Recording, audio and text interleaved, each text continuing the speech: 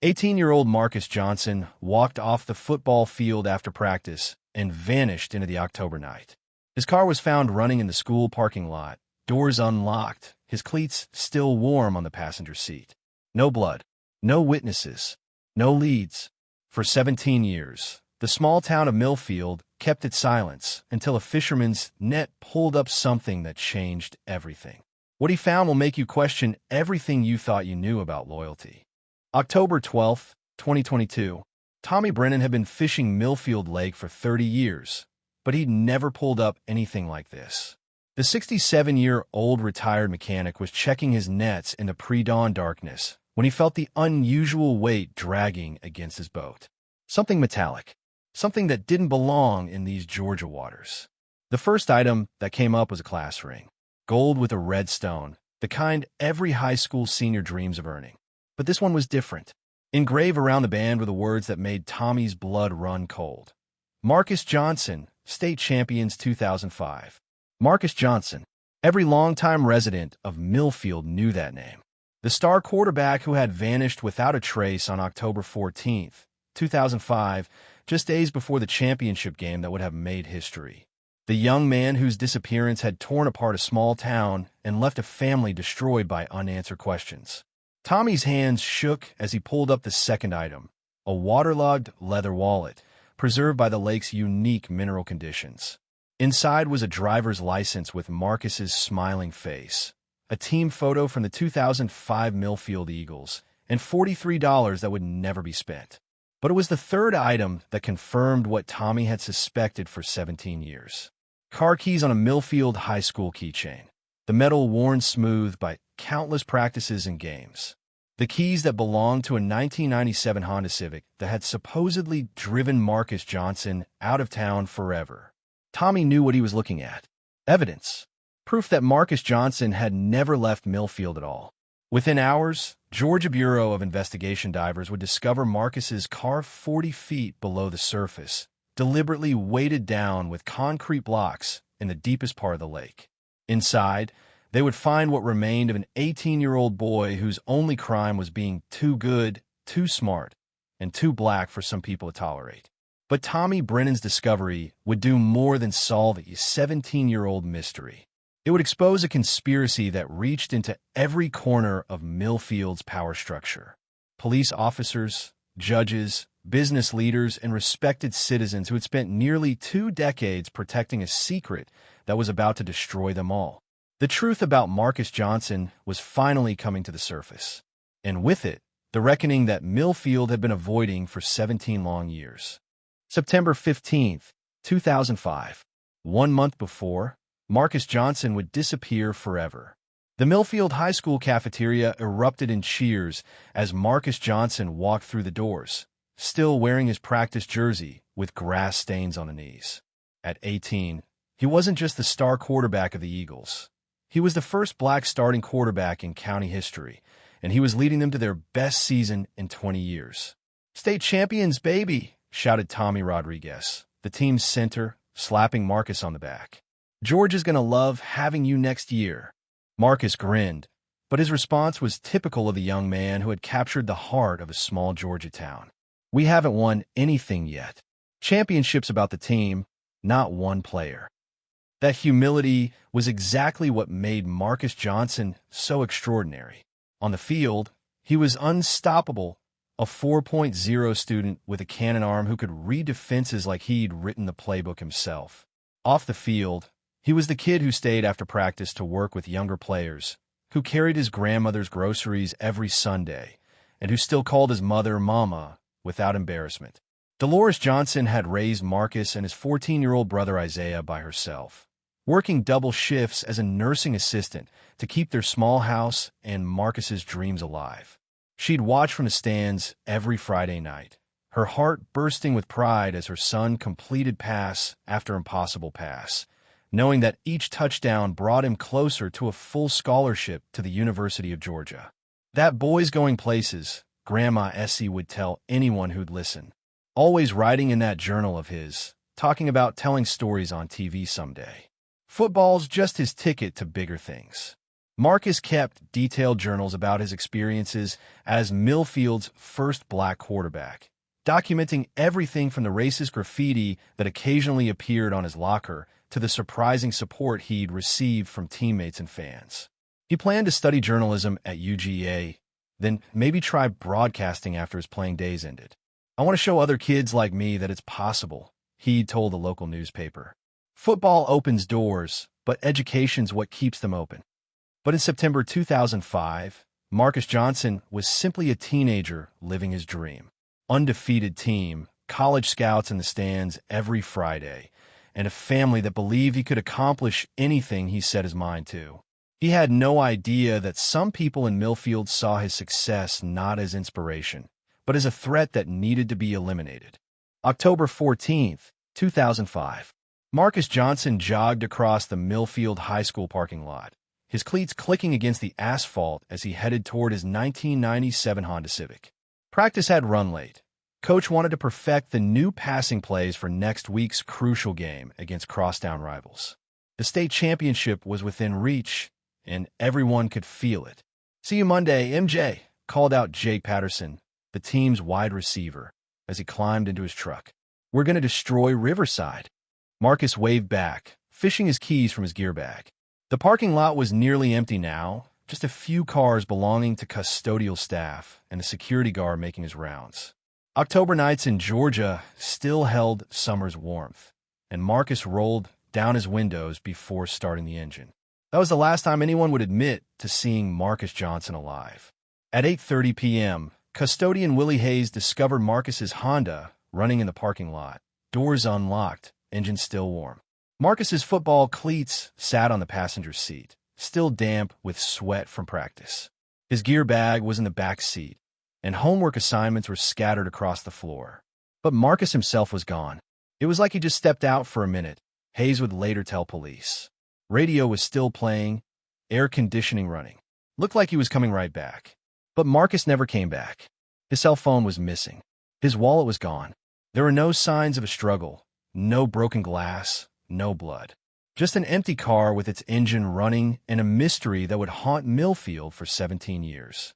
The first call came at 9:15 p.m. when Marcus failed to show up for his usual Saturday night dinner with Grandma Essie. Dolores Johnson tried his phone repeatedly, each unanswered ring tightening the knot in her stomach.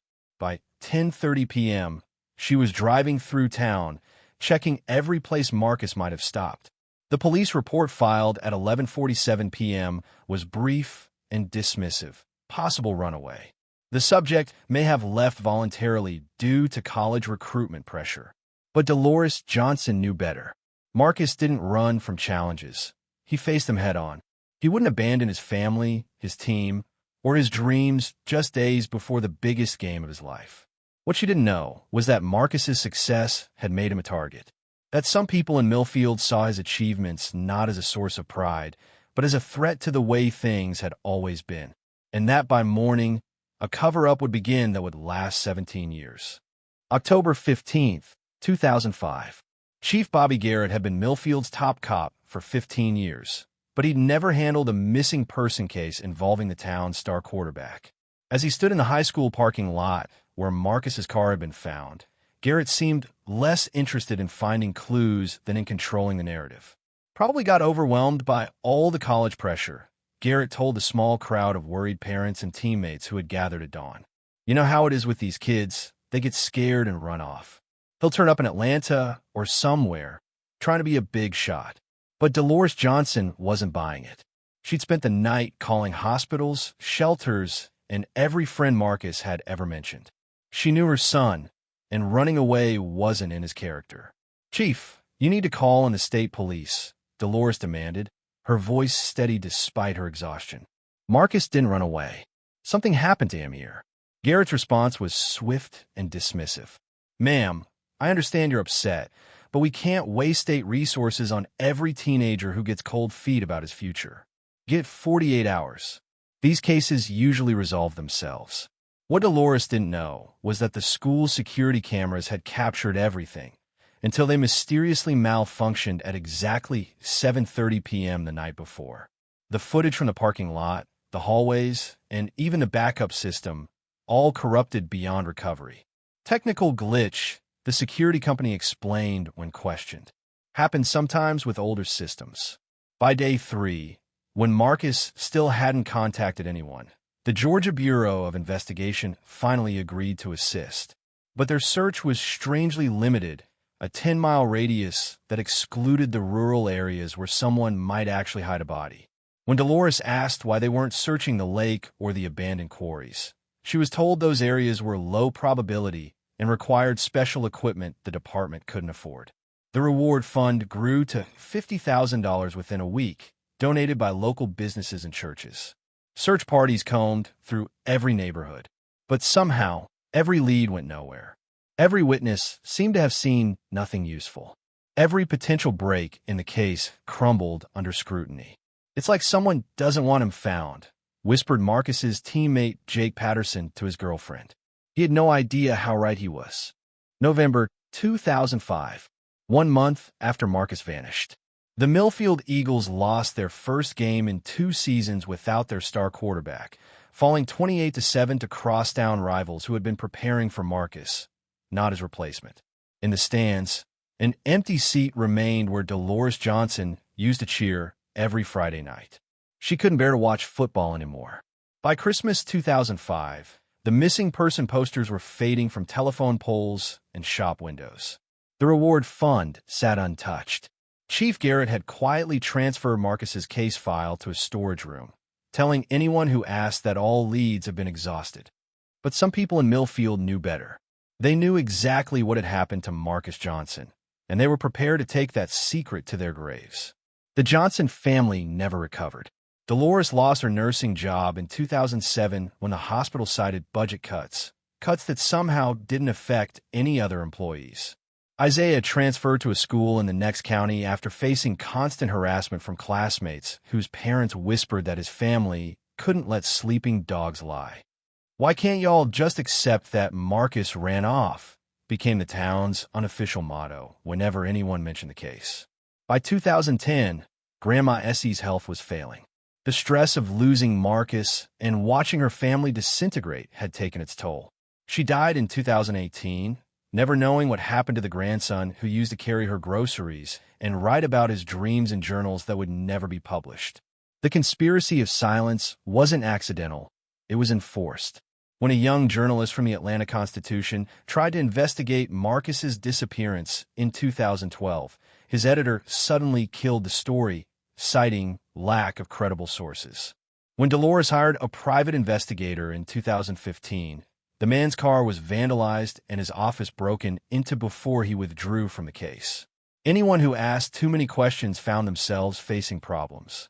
Lost jobs, denied loans, social isolation. The message was clear. Marcus Johnson's disappearance was not to be discussed. But secrets have a way of eating at people's souls. Some town residents developed drinking problems. Others left Millfield entirely, unable to live with what they knew. A few tried to confess to their pastors, only to be told that some truths are too dangerous for this world. For 17 years, Millfield lived with blood on its hands, protected by a conspiracy of silence that reached into every corner of the community's power structure. October 12, 2022. Tommy Brennan had been setting his nets in the same spot on Millfield Lake for 3 decades. The retired mechanic knew every inch of these waters, every underwater ridge and drop-off. But when his net came up that morning, it carried something that would shatter 17 years of carefully maintained silence. Marcus Johnson's championship ring gleamed dully in the pre-dawn light, its red stones still bright despite years underwater. The ring that was supposed to read State Champions 2005. If the Eagles had won the game, Marcus never got to play. Tommy's hands shook as he stared at the evidence he'd pulled from 40 feet of Georgia lake water. He'd suspected for years that Marcus hadn't run away. Too many things about the official story never made sense. But having proof in his hands was different than suspecting it. Within hours, Tommy had contacted the Georgia Bureau of Investigation directly, bypassing local authorities entirely. He'd lived in Millfield long enough to know that some secrets were protected by people in uniform. The GBI underwater recovery team arrived by noon.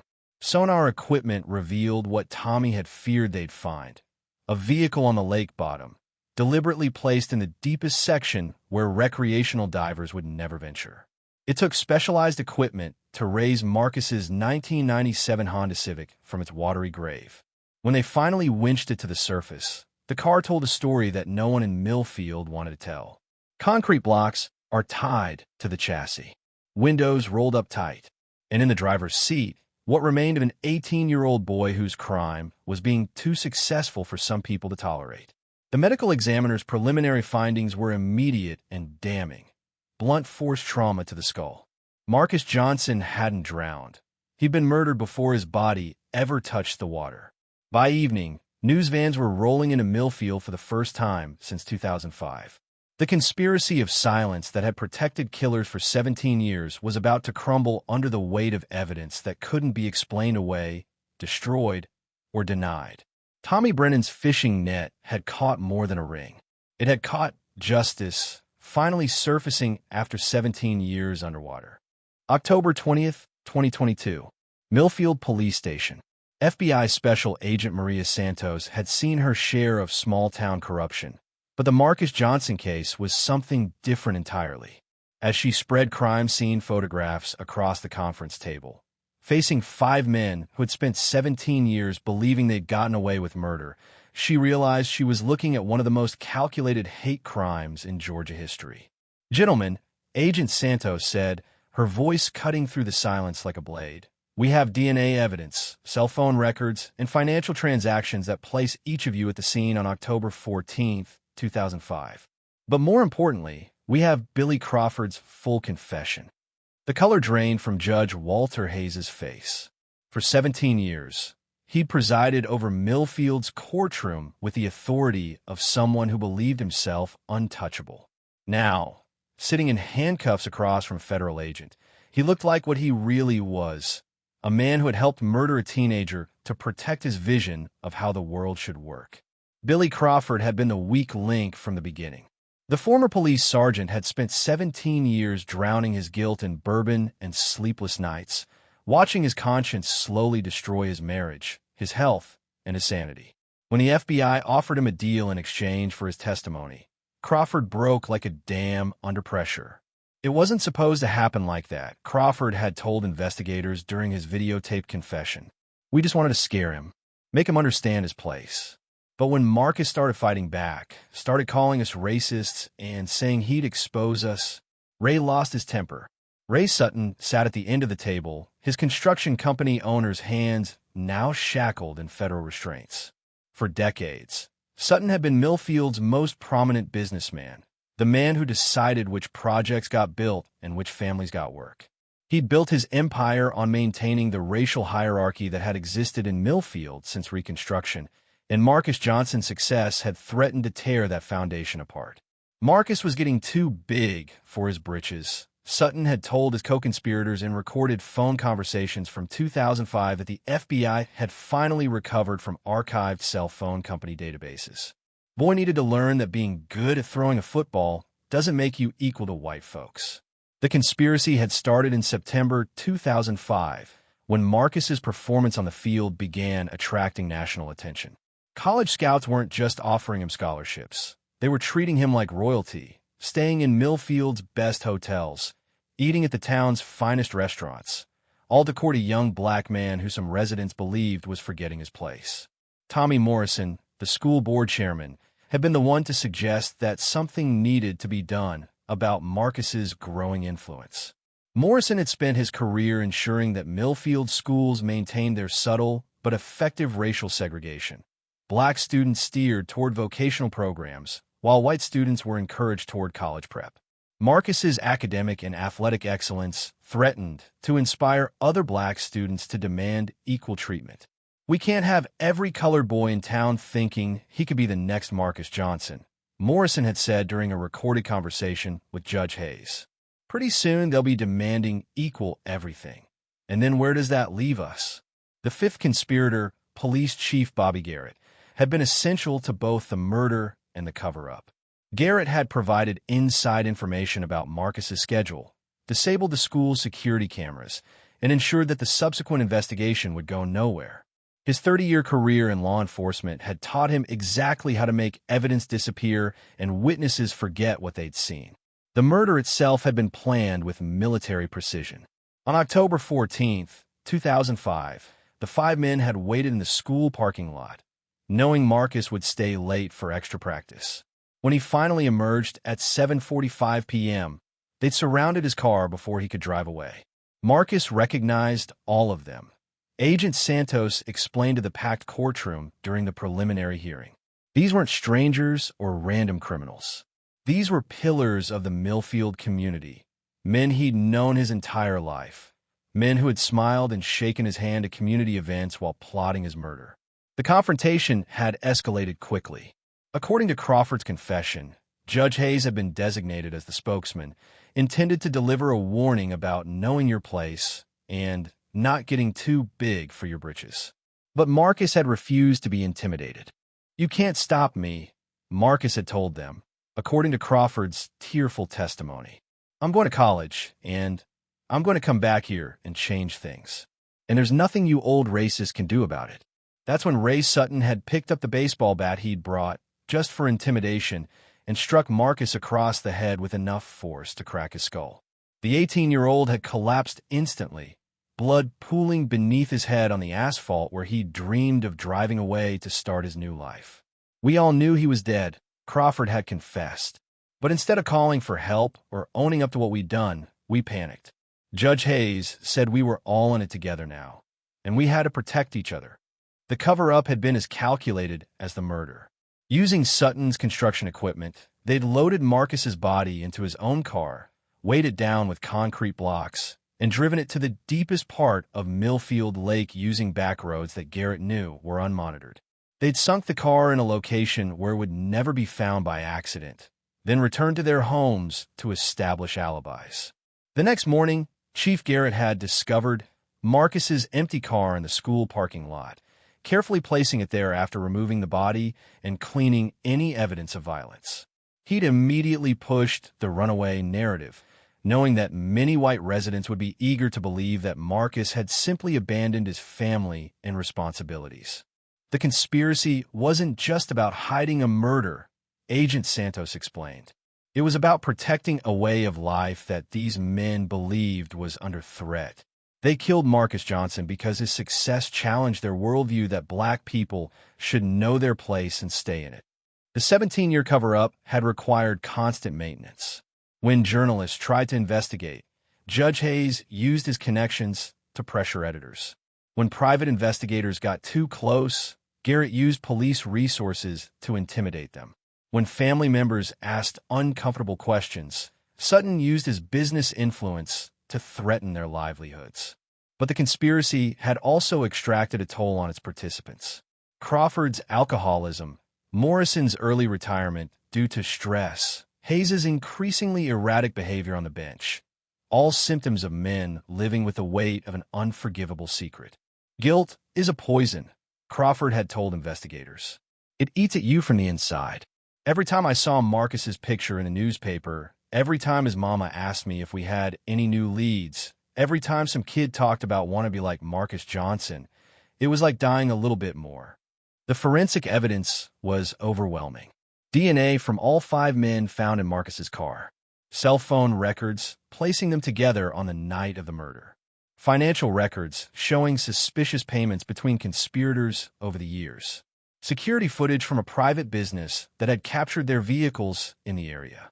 But perhaps most damning was the recording equipment that the FBI had discovered in Judge Hayes's home office. Devices he'd used to monitor phone calls and conversations, ostensibly for security purposes, but which had inadvertently recorded years of conversations between the conspirators discussing their crime. They thought they were untouchable, Agent Santos told reporters after the arrests. They believed that their positions in the community, their connections, and their shared commitment to silence would protect them forever. But murder has no statute of limitations, and justice has no expiration date. As the five conspirators sat in federal custody awaiting trial, Millfield began to reckon with the truth that had been hidden in plain sight for 17 years. The pillars of their community, A judge, a police chief, a businessman, a school official, and a sergeant had murdered a teenager for the crime of being too successful while black. The truth about Marcus Johnson wasn't just about one hate crime. It was about a system so committed to maintaining racial hierarchy that it would kill children to preserve it. And it was about a community that had chosen silence over justice for nearly 2 decades, until one fisherman's net finally dragged the truth to the surface. But the reckoning was just beginning. Because if 5 respected men could murder Marcus Johnson and hide it for 17 years, what other secrets was Millfield keeping?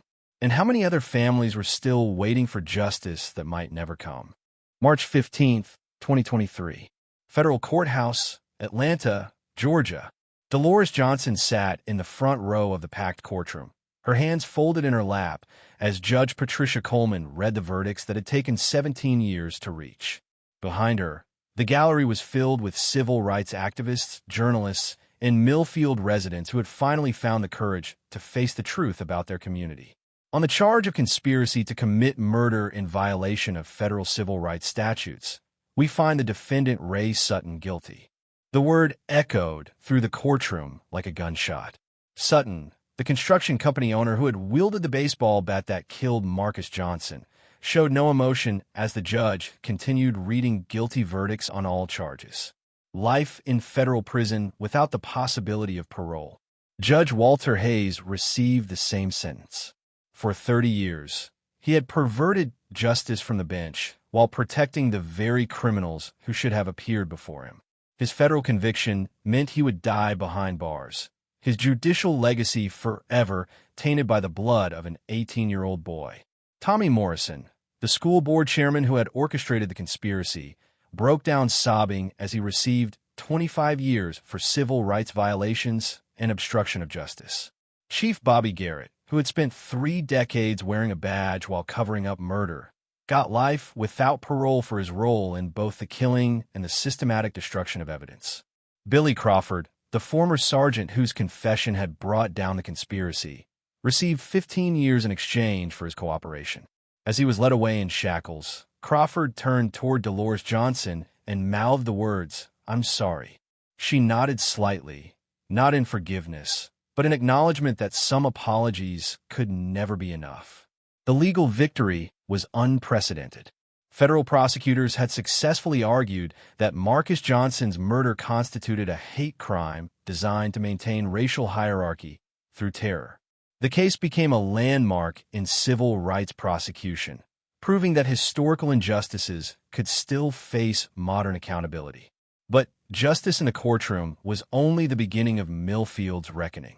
The civil settlement awarded the Johnson family $47 million, paid by the city of Millfield, the school district, and the estates of the convicted conspirators. The money would never bring Marcus back, but it sent a clear message. Communities that harbor killers would pay the price for their silence.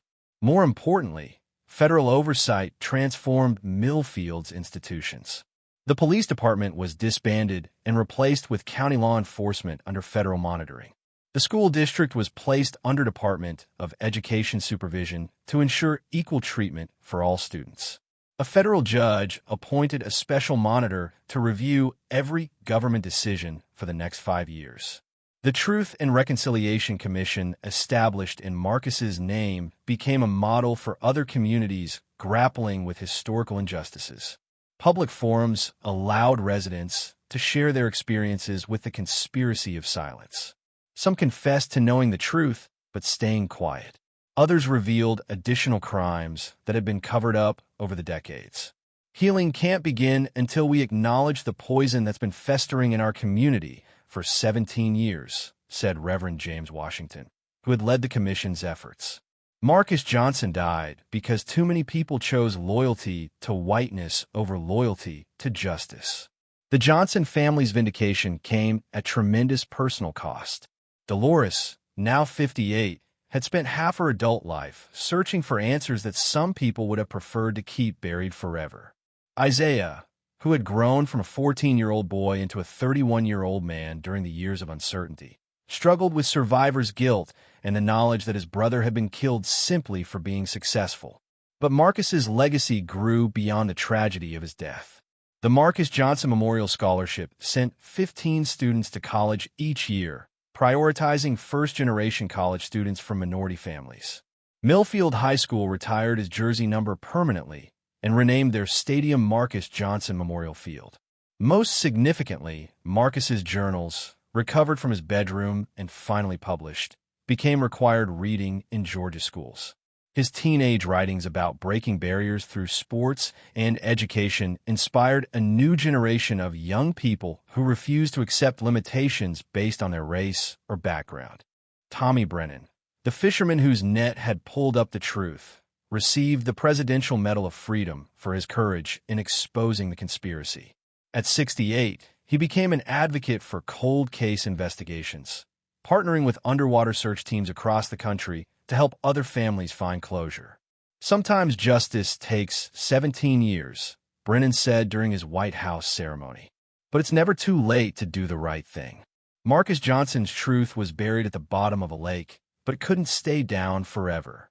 Truth has a way of rising to the surface when someone's brave enough to pull it up. The broader impact extended far beyond Millfield.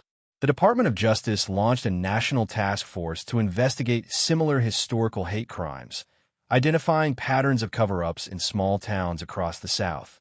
Marcus's case became a blueprint for prosecuting decades-old racial violence.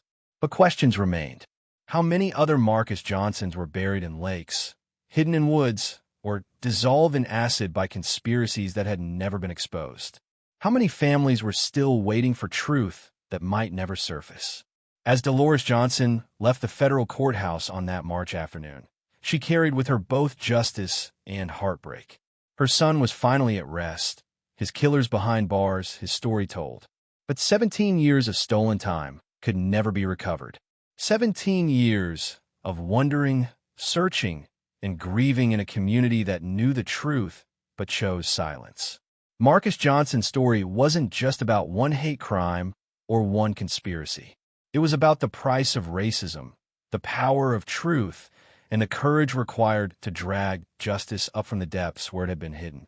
And it was a warning that in small towns across America, other secrets might still be waiting at the bottom of other lakes, guarded by other conspiracies, protected by other people who believe some truths are too dangerous to surface.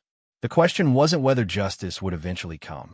The question was how many more families would have to wait 17 years for someone brave enough to cast a net that would finally bring their loved ones home. Marcus Johnson's story reminds us that sometimes the most dangerous enemies aren't strangers lurking in shadows. They're neighbors, officials, and community leaders who hide behind badges and respectability. For 17 years, an entire town chose loyalty to killers over justice for a murdered teenager. But it also proves that truth has a way of surfacing, even when powerful people try to keep it buried. One fisherman's courage exposed a conspiracy that reached into every corner of Millfield's power structure, proving that ordinary citizens can challenge extraordinary corruption. The question isn't whether there are more Marcus Johnsons at the bottom of lakes across America. The question is, who will have the courage to pull up their nets and demand answers? What do you think? How many small towns are still protecting deadly secrets? Let us know in the comments below, and don't forget to subscribe for more stories that expose the truth behind America's most haunting mysteries.